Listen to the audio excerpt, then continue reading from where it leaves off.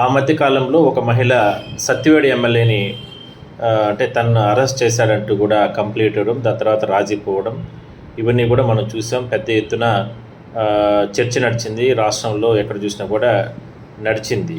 So ఇప్పుడు తాజాగా railway Koduru Janasena MLA తనను సెక్సువల్గా వాడుకున్నారు, ఇట్లా నన్ను ఇబ్బందులు పెట్టాడు, బెదిరిస్తున్నాడు అంటూ కూడా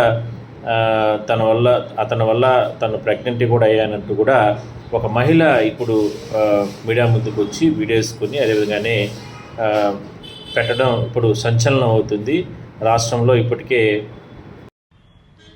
అందరికీ నమస్కారం. ఆ వీడియోలో ఉన్న ఆ మహిళను నేను రైల్వే కోడూరులో గవర్నమెంట్ జాబ్ చేస్తూ ఉంటాను.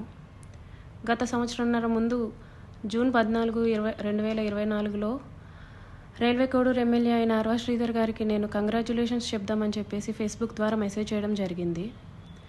అతను మొదటి రోజు అయినా సరే నాతో 2-3 గంటలు మాట్లాడారు. లాస్ట్లో అతని నెంబర్ నాకు ఇచ్చి నా నెంబర్ అతను తీసుకున్నారు. టెలిగ్రామ్ అనే యాప్లో నాకు మెసేజ్ చేశారు. నా గురించి అంతా తెలుసుకుంటూ వచ్చారు. అంటే నువ్వేం చేస్తూ ఉంటావు, ఎక్కడ ఉంటావు, నీకు పెళ్ళయిందా, నీ భర్త ఏం చేస్తాడు, పిల్లలు ఉన్నారా, ఇదంతా తెలుసుకుంటూ వచ్చారు.